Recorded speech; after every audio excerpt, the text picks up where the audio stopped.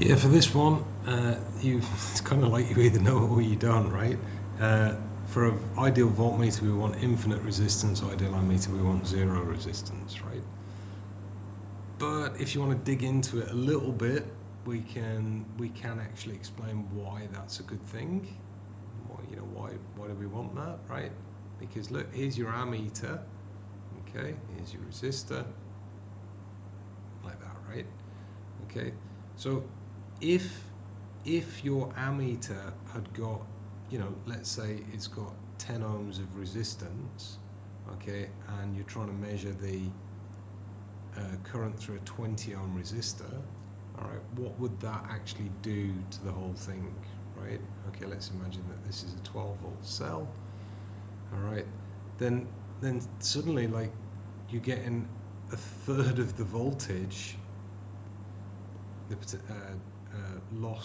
lost across the ammeter, just pushing the electrons through the ammeter, okay, and then of course that would reduce the current that is being pushed through the resistor, right? So when we're taking measurements, obviously we want to take a measurement without affecting the thing that we're measuring, and the only way that you can do that is if this is 0 ohms, okay, then that becomes 0 volts and that becomes 12 volts, and you're not adding any additional resistance to the circuit, okay, so then that means that you're actually measuring the full current, right? Quite a similar argument with the ammeter.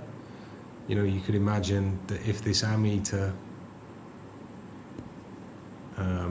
was a 20 ohm ammeter, then not all of the current goes that way anymore. Half of the current goes this way, okay, which again affects the measurement that you're taking in the circuit, right? Yeah, okay. So those two answers, just remember them. You can work it out from first principles if you need to.